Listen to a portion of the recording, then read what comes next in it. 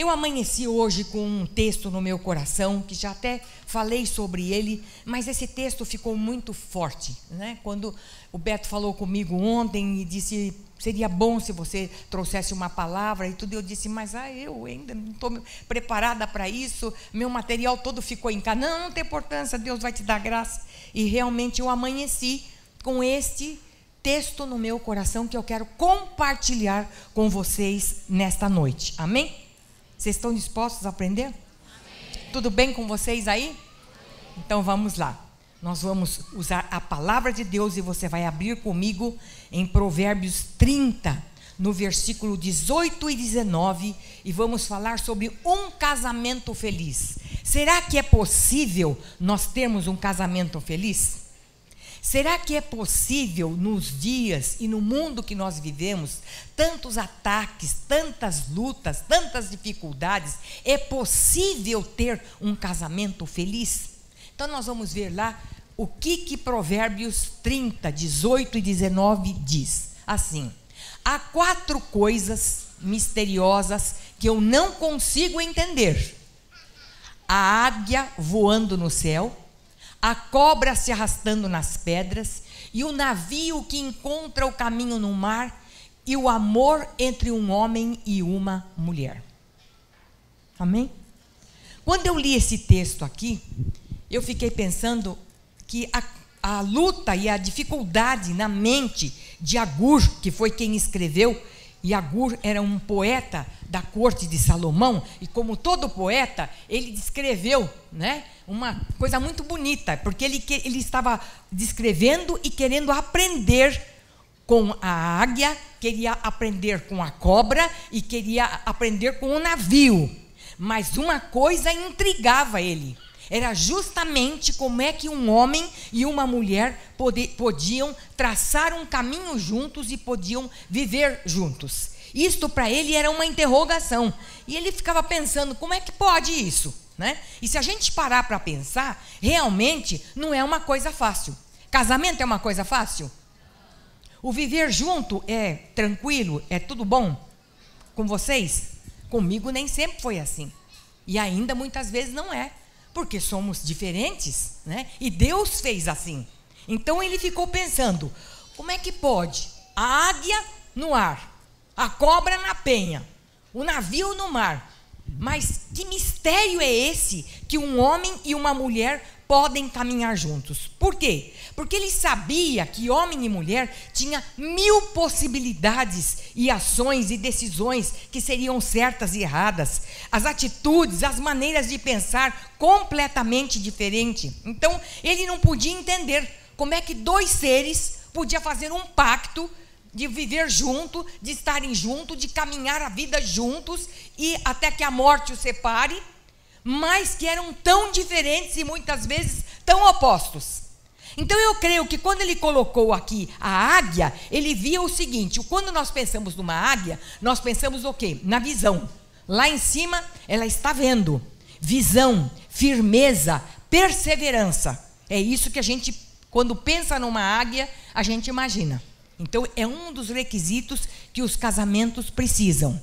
Depois, quando ele olhou para a cobra, ele lembrou o quê? Dos perigos.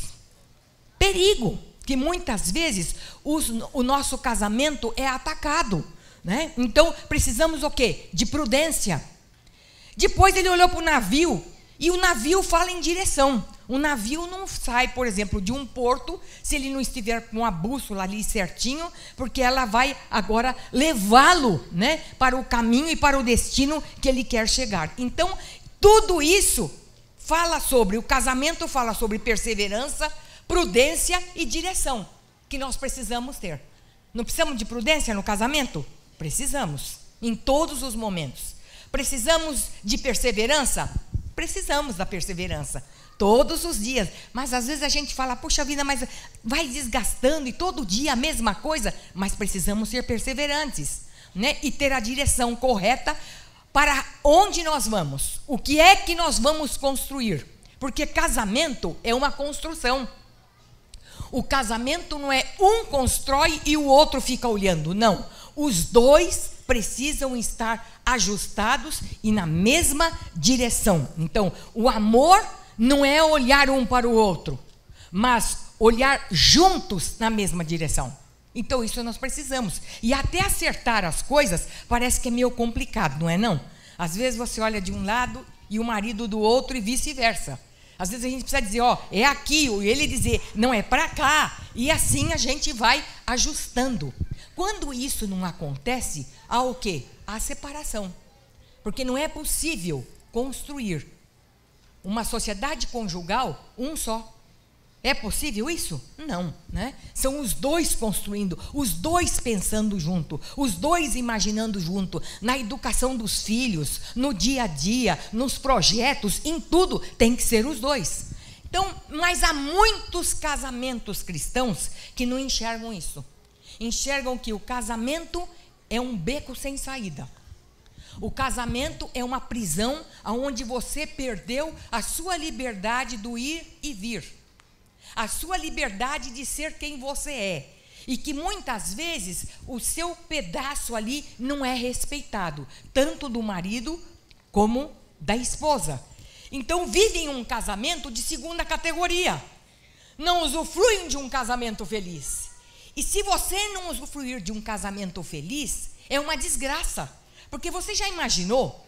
Todos os dias você vai chegar em casa, você vai ver a mesma pessoa, você vai começar a notar os mesmos erros, você vai ver as coisas que você não concorda, e aquilo todo dia vai acontecendo. E você não consegue enxergar nada de bom nessa vida conjugal. E não vai ver mesmo, porque são duas pessoas diferentes, duas pessoas que muitas vezes não têm nada a ver um com o outro, que pensam diferente, mas que podemos estar juntos e que podemos trabalhar juntos. E por isso que muitas vezes nós achamos que como cristãos nós não vamos provar de um fracasso no casamento. Muitas vezes nós esquecemos de que aquele que criou a família nos deu um manual. E nós procuramos várias coisas, mas esquecemos de ir buscar no manual para saber como é que nós vivemos, como é que nós nos relacionamos, como é que nós tratamos as pessoas, como é que nós convivemos dentro de casa, como é que nós tratamos agora e educamos os nossos filhos. Nós esquecemos. Às vezes fica muito mais fácil a gente falar, eu vou fazer determinado curso, eu vou ler tal coisa, mas esquece que o principal está aqui na palavra de Deus. Olha só. Veja bem esse versículo aqui. Olha lá o que diz Josué 1:8. Dá para colocar? Está ligando, né? Então, Josué nos dá ali um princípio. E esse princípio é que nós temos que meditar na lei, na palavra, noite e dia. Que se nós não fizermos isso, nós não vamos ser bem-sucedidos. Por quê? Porque nós não vamos saber como nós devemos caminhar. E sabe, queridos, nós esquecemos muitas vezes de, quando temos qualquer problema e qualquer dúvida, de buscarmos a palavra de Deus. De buscarmos. Eu falo e sempre estou tratando com mulheres e com casais, nós tratamos. A primeira pergunta que eu digo e faço é o seguinte: escuta, como é que está a sua vida espiritual? Pastora, sabe o que é? Não dá tempo. Aí a leitura da palavra também não dá. Então, muitas vezes, quando nós nos afastamos da palavra de Deus, fica difícil nós sabermos a direção para a nossa vida, a direção para o nosso lar, a direção para os nossos filhos e a direção para a nossa família. Você já experimentou, quando você vivia, e já experimentou, lógico que antes de conhecer ao Senhor, como era difícil a vida para vocês, que muitas vezes, quando surgiam os problemas e as dificuldades, vocês não sabiam para onde vocês iam correr. O que ia acontecer, né? Quantas pessoas que ficam desesperadas quando se dá de frente com um problema e acha que não vai poder resolver e não pode mesmo? O que acontece? Mete um tiro na cabeça, toma um veneno, porque diz: eu não consigo, não dá, eu não posso, eu não vou ter força para passar sobre tudo isso. Por isso que o Senhor nos deixou o manual, de dizer qualquer dúvida, qualquer dificuldade que vocês tenham, olha aqui no manual e vocês vão saber a importância de ter um casamento feliz. Às vezes a gente pensa que isso não vai acontecer, não é verdade? pensa que é um sonho, que é uma utopia, que não é verdade. Sabe por quê, queridos, que a gente pensa assim? Porque a gente não crê na palavra. E não crê que ela pode transformar a nossa vida e o nosso ser. Então, veja bem, bênçãos e felicidade é decorrente de obediência. Se me ouvirdes e obedecerdes, comereis o melhor dessa terra. Você tem que pensar o seguinte: você não casou com uma pessoa perfeita e você não é perfeito. Então nós vamos encontrar um monte, uma porção de defeitos, de coisas que nós não aceitamos, que achamos que não é certo, mas é a pessoa que nós escolhemos para casar. Eu acho muito interessante, a doutora Edmeia costuma dizer assim, que quando chegam para ela diz para mim: nossa, Eli, quando chega um casal lá e diz para mim assim: olha, eu estou tendo problema porque meu marido está fazendo isso, está fazendo aquilo. Ele era assim antes de casar? Não, não era. E o que você fez para ele se tornar isso?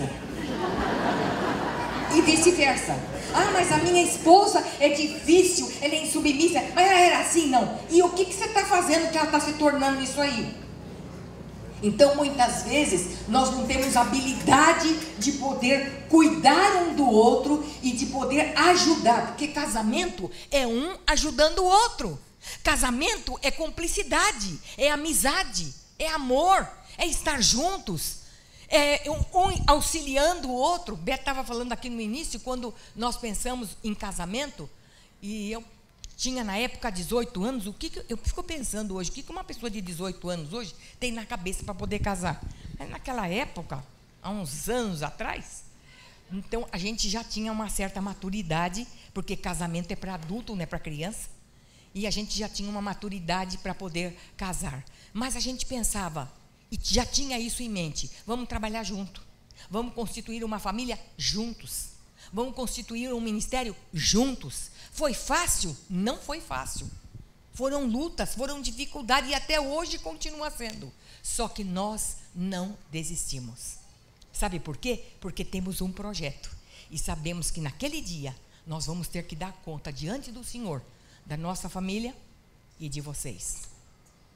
A responsabilidade que nós temos com vocês é muito grande, porque naquele dia o Senhor vai perguntar: aonde estão as ovelhas que eu coloquei na mão de vocês para vocês olharem e cuidarem da vida delas? Então, assim é com a nossa família, da mesma forma. Eu vou abordar aqui alguns pontos com vocês, para vocês notarem que, primeira coisa, você e sua esposa não nasceram um para o outro. Notou aí? Você e sua esposa não nasceram um para o outro. Por quê? São duas pessoas diferentes. O mundo diz o seguinte: eu achei a minha alma gêmea. Não existe. Não existe isso. Porque no meio de 7 bilhões de pessoas, você é única. Não existe ninguém parecido com você. Nada igual. Não tem. Outra coisa, eu nasci para você e você nasceu para mim. Também não é verdade isso. Não é verdade isso, né? Não. Deus preparou o casamento e preparou você e ela para estarem juntos dentro desse propósito, e são pessoas completamente diferentes. E sabe por que o Senhor faz isso? Para um ajudar o outro. Porque imagine duas pessoas iguais. Você já imaginou você viver com uma pessoa igualzinha a você? Para pensar: ai não, né? Igualzinha. Tudo que eu fizesse, ele ia fazer, ou vice-versa. Então vocês imaginem a dificuldade, porque um não ia completar o outro. Um não ia ajudar o outro, porque a área fraca de um é o forte do outro. A área forte de um é a fraca do outro.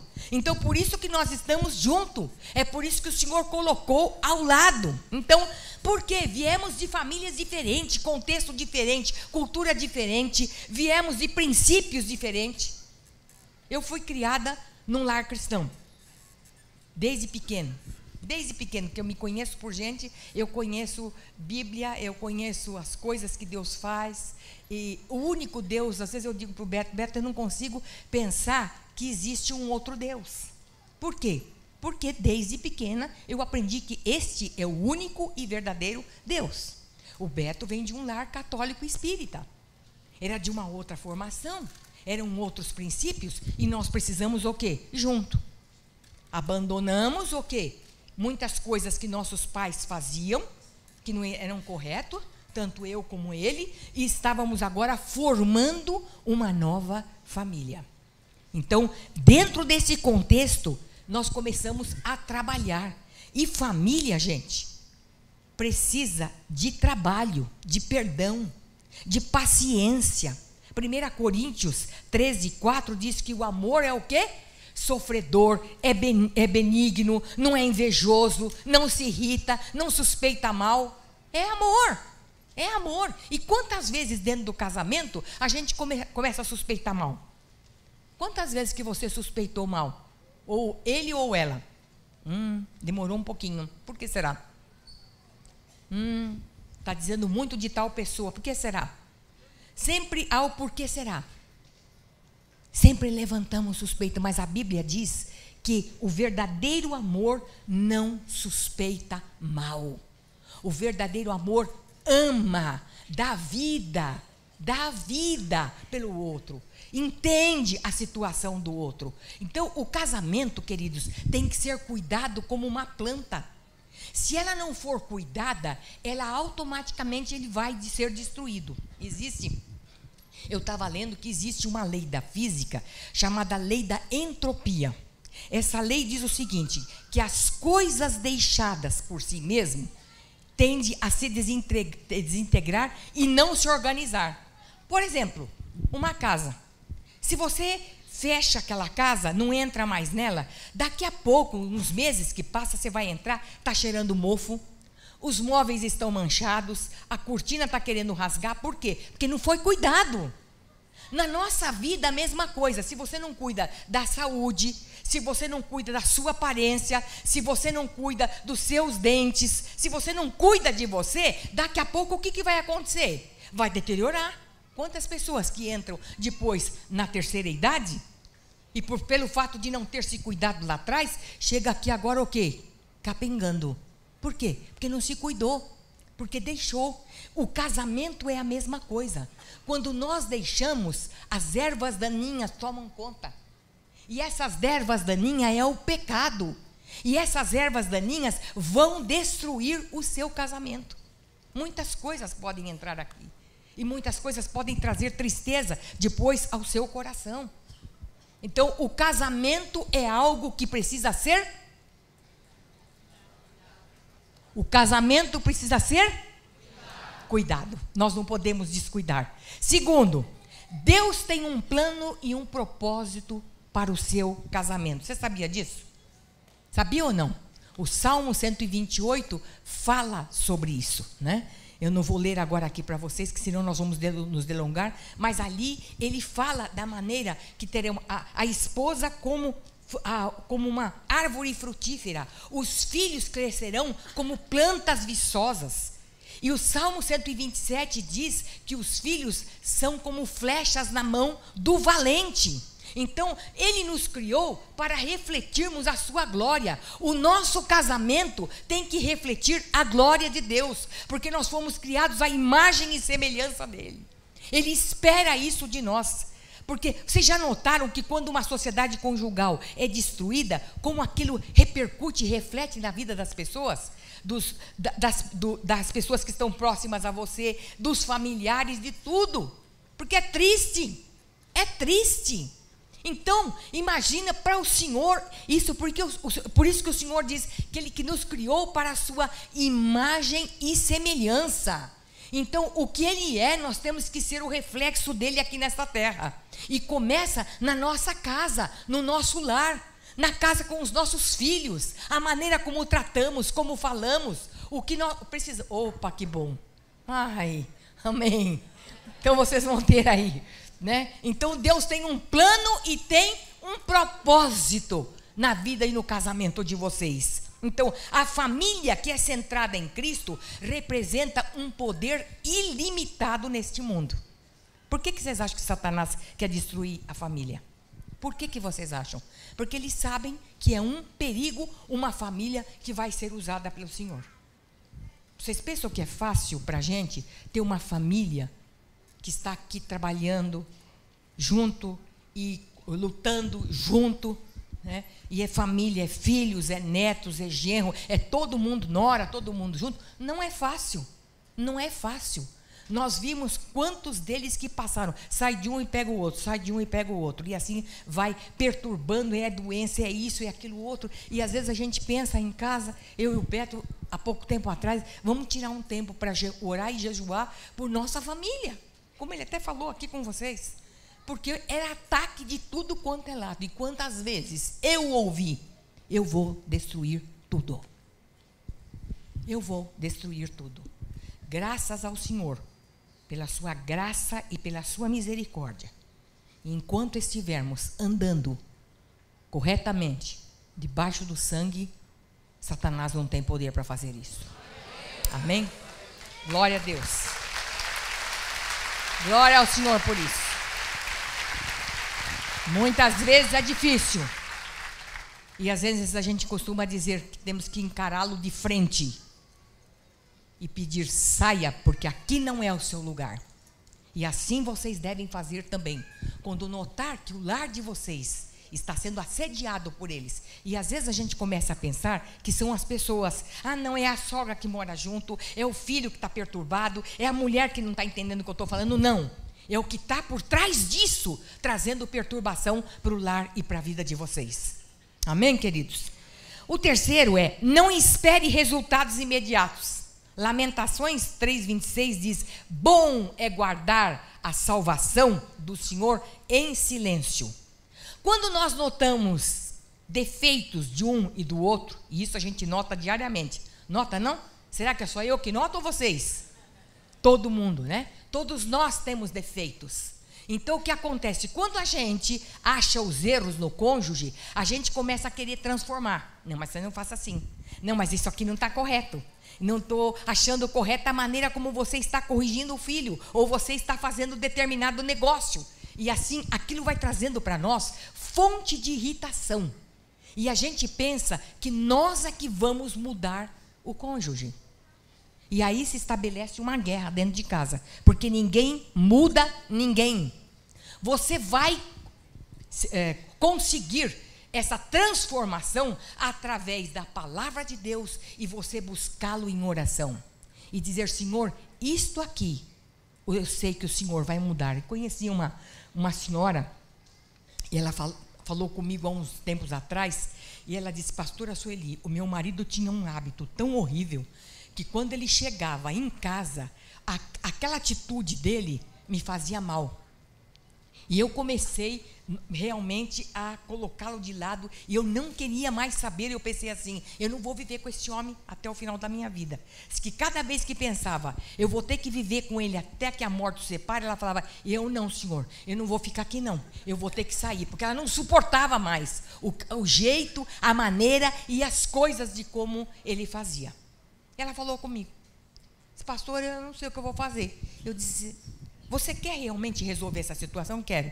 Não discuta mais, não fale mais, você fale para alguém que pode mudar, porque ele é a autoridade máxima, é ele que vai mudar essa situação na vida do seu marido. E ela topou o desafio, e ela falou para mim, eu fez lá meses e tudo, não foi fácil, mas ela disse, pastora, qual não foi a minha surpresa, que quando foi um dia, eu pude olhar por ele e disse, ué, o que está acontecendo aqui em casa? Que aquele problema, aquela confusão toda, o jeito que ele tinha, não é mais. Ele está se tornando um homem transformado.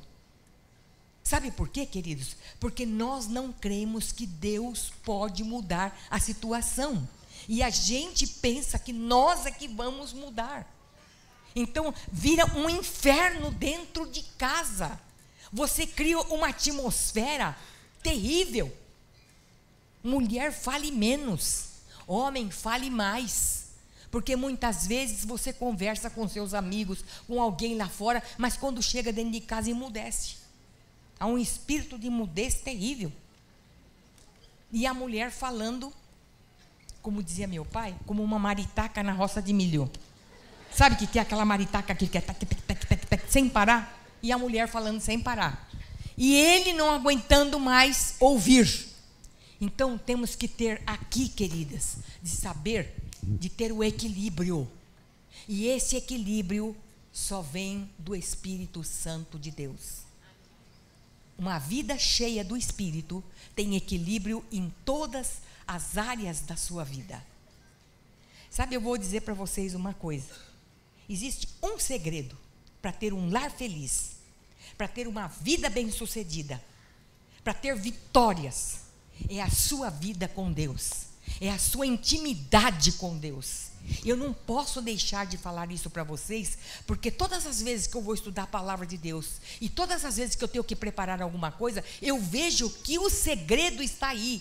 Que às vezes a gente se bate em tantas coisas, se bate com as pessoas, tem problemas, tem dificuldades, lutas, desgaste, e as coisas não resolvem, e continuam naquela mesma situação, porque nós não tomamos uma posição em Deus. Nós temos muita dificuldade, nós achamos até que podemos procurar a ajuda de uma outra pessoa, e o que o outro falar para mim é que vai ser correto, mas nós temos preguiça de buscar em Deus o que é que Ele quer para a nossa vida.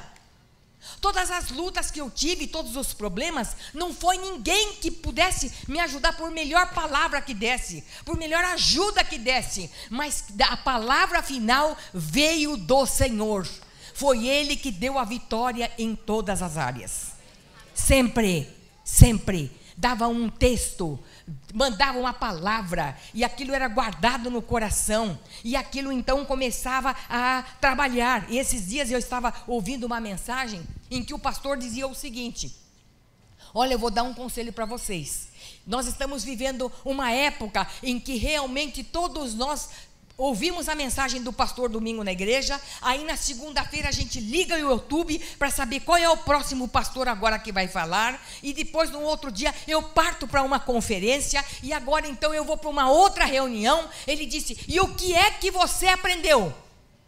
O que foi que Deus falou com você?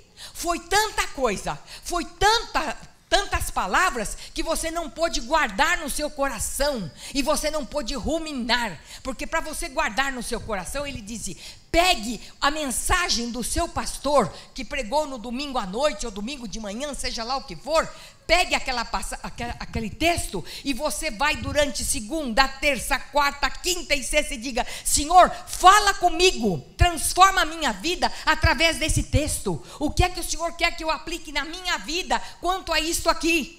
Ele disse: isto é aprender de Deus, isto é deixar e é ouvir a voz de Deus, porque se nós ficarmos ouvindo todo mundo, nós não conseguimos guardar e segurar a riqueza da palavra de Deus. E é por isso que muitas vezes nós fazemos isso também no nosso casamento. Nós ouvimos esse, nós ouvimos aquele aconselhou, mas nós não ouvimos de Deus. Quais são as áreas que eu preciso mudar e transformar? Qual é a área que meu marido precisa mudar e transformar? E nós ficamos nessa pendência toda e as coisas não se resolvem. Então, queridos, nós temos que saber que a única fonte que nós temos que buscar é em Deus.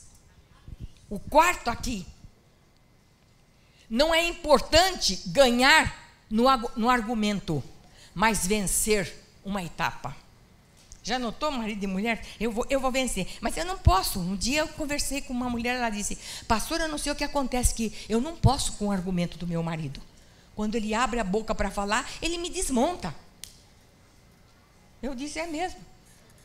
Olha lá o que Tiago 4:1 diz: de onde vêm as guerras e contendas que há entre vocês? Não vem das paixões que guerreiam dentro de vocês? Da onde que vem isso? Essa confusão, essa briga, essa guerra, muitas vezes os filhos presenciando a luta e a confusão entre os pais. Quantas crianças inseguras que estão vivendo num momento muito difícil por medo de ver a situação entre pai e mãe, que ficam degladiando dentro de casa. Quantos deles nisso? E o Senhor fala: que é isso? Da onde que vem isso?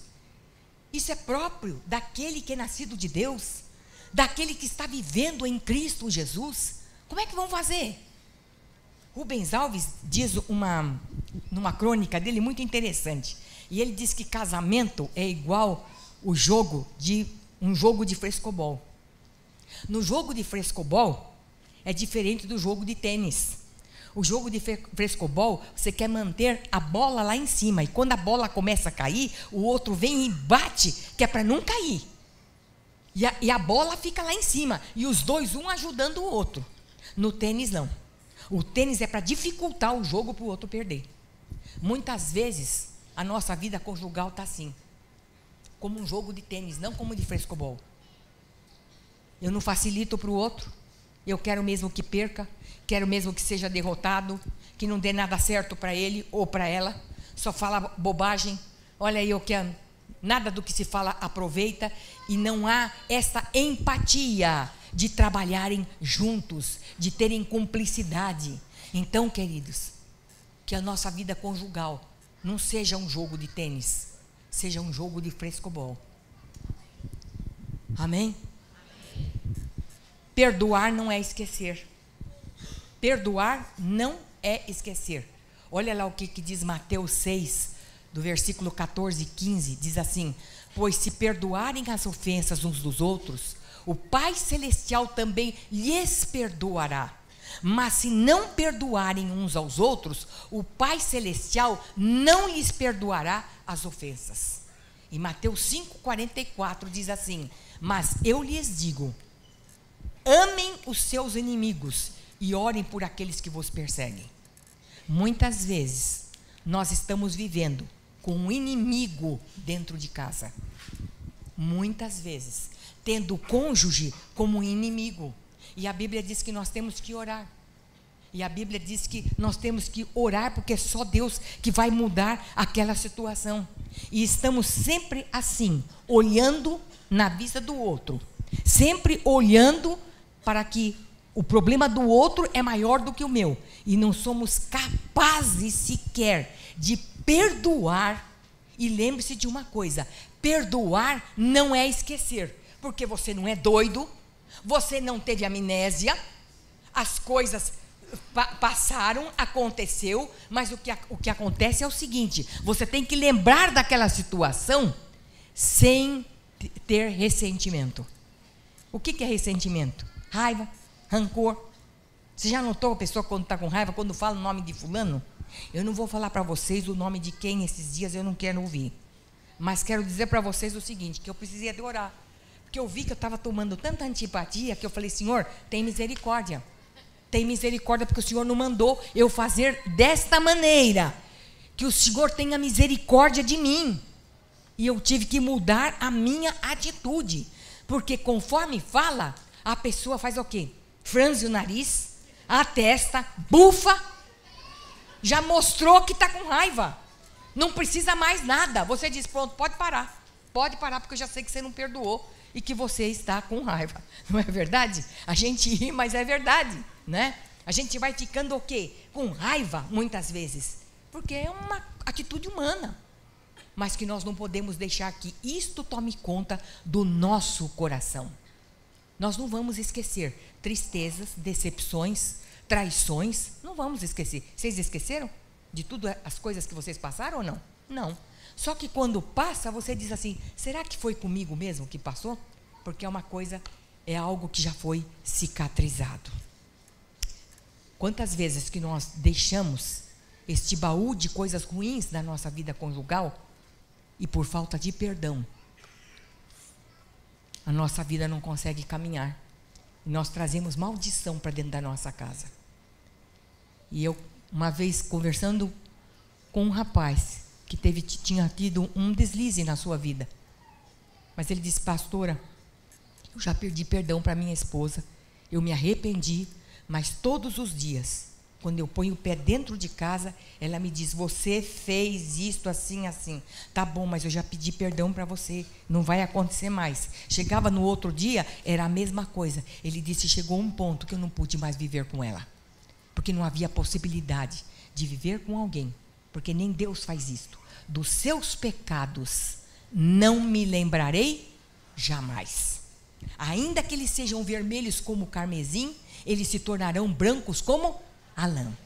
Então, queridos, são coisas que nós temos que tomar cuidado. Vocês estão notando que são coisas às vezes pequenas que destroem o nosso casamento, que não deixa a gente prosseguir, que deixa a gente guardar essas mágoas, essas tristezas e que não nos leva a nada. O sexto aqui: seja rico em elogios e pobre nas críticas. Pobre em crítica. Como a gente é hábil em criticar. Provérbios 16, 24 diz o seguinte: as palavras agradáveis são como um favo de mel, são doces para a alma e trazem cura para os ossos. Será que a gente pode falar alguma coisa boa? Você já notou que tem pessoas que não conseguem falar? Você entra às vezes no ônibus ou em algum lugar: tá bonito a noite? Tá não.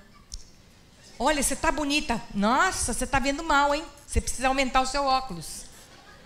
Assim, nada está bom. Olha, eu gostei dessa roupa para você. Está ridícula, eu estou me sentindo ridícula.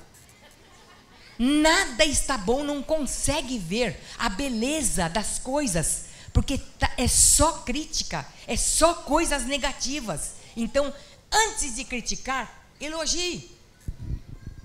Nós adestramos os animais com muito amor. Eu vi esses dias um senhor carregando um cachorrinho, assim, dentro de uma, não sei o que é aquilo, uma cinta, o que era. O cachorrinho estava ali. E eu pensei: como é que será que ele está também cuidando da mulher dele? Muitas vezes nós adestramos os animais com tanto carinho e com grosseria o nosso cônjuge. Com grosseria o nosso cônjuge. O elogio é bom, não faz mal, não custa nada e produz resultados significativos. Vamos guardar isso. Antes de criticar, nós dizíamos isso para os filhos em casa. Olha, antes vinha: porque fulano fez isso, fez. É mesmo? E o que ele tem de bom? Aí ficava: 3 coisas eu quero que você diga que tá bom. Puxa, é meu irmão, ele é bom, ele divide as coisas comigo. Ele é legal. Saía dali, a crítica desaparecia. Mas muitas vezes, queridos, nós guardamos isso. Crítica. Tenho pedido a Deus que o Senhor mude isso na minha vida. Eu não quero isso. Eu quero sempre ver coisas boas na vida do meu irmão, na vida daqueles que me rodeiam, e saber que quem é capaz de mudar é o Senhor, não sou eu. E o último aqui: mantenha projetos em comum. Projetos em comum. O grande problema da vida dos casais, veja bem, eu não vou falar sobre isso hoje, mas nós passamos pelas 4 estações, como existem as 4 estações climáticas, né? Primavera, verão, outono e inverno. Nós também temos isso no nosso casamento. Tem até um livro que fala sobre isso. Por quê? Tem a fase boa, da alegria, do início do casamento, depois dos filhos que estamos criando, depois também das coisas que nós estamos construindo, mas vem também os períodos difíceis. E vai chegar o inverno, que é a hora que os filhos vão em casa e que agora então nós vamos curtir a velhice. E como é que vamos cuidar dos projetos que nós fizemos juntos? Porque, por incrível que pareça, marido e mulher muitas vezes não fazem nada juntos. Esses dias eu saí com o pastor, nós saímos de manhã e nós fazemos pilates. Precisa, né, gente? Senão daqui a pouco abre a porta do carro, não vai conseguir sair mais. Então precisa se locomover um pouquinho. Mas aí nós estávamos lá e vimos que só gente de casal, não é possível uma coisa dessa. Mas não tem outros aqui? Tem. Aí a professora falou para nós: mas eles não vêm juntos. Como assim?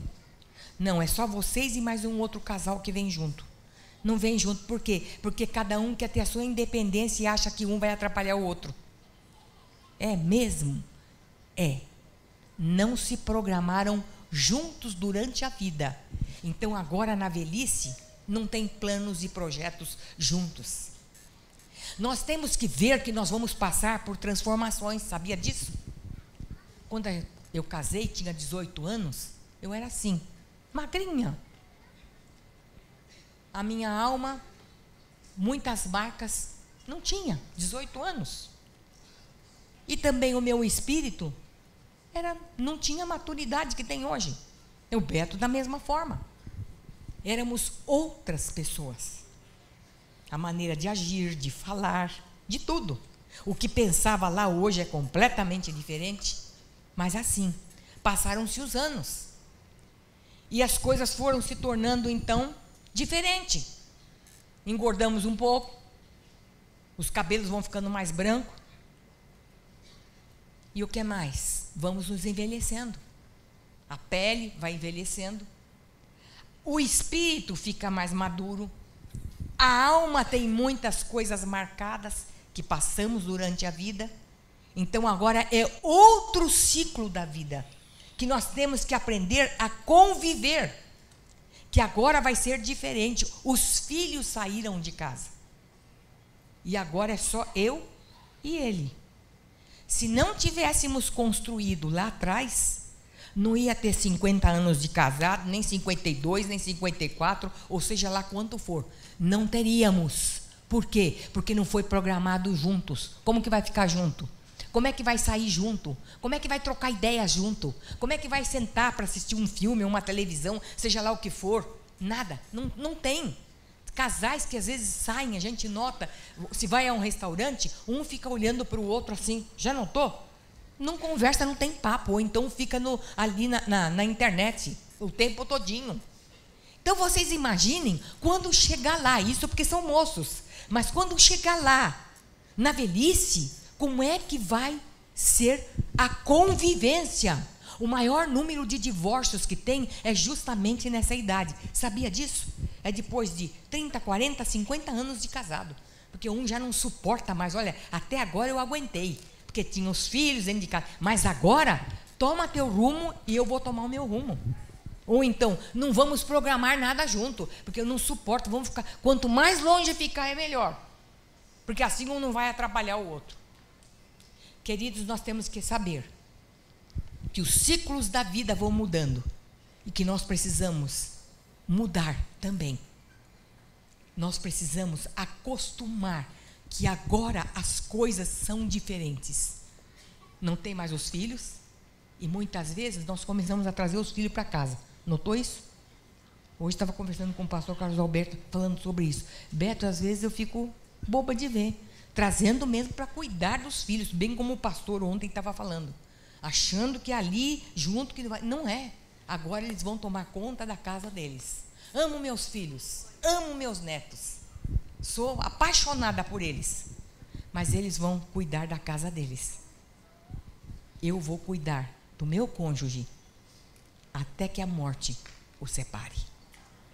Um ao outro ajudou e ao seu próximo diz: ser forte. Essa é a nossa função agora. Então saiba que tem todos os ciclos na vida. Viva bem, juntos, produzam juntos, tenham planos e projetos juntos, porque vai chegar a velhice que você vai estar com ele e o seu casamento tem que ser feliz até o fim.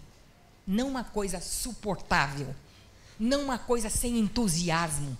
É viver, porque para isso nós temos Jesus e é isso que ele nos ensinou. O gozo e a alegria é na plenitude dele que nós temos alegria.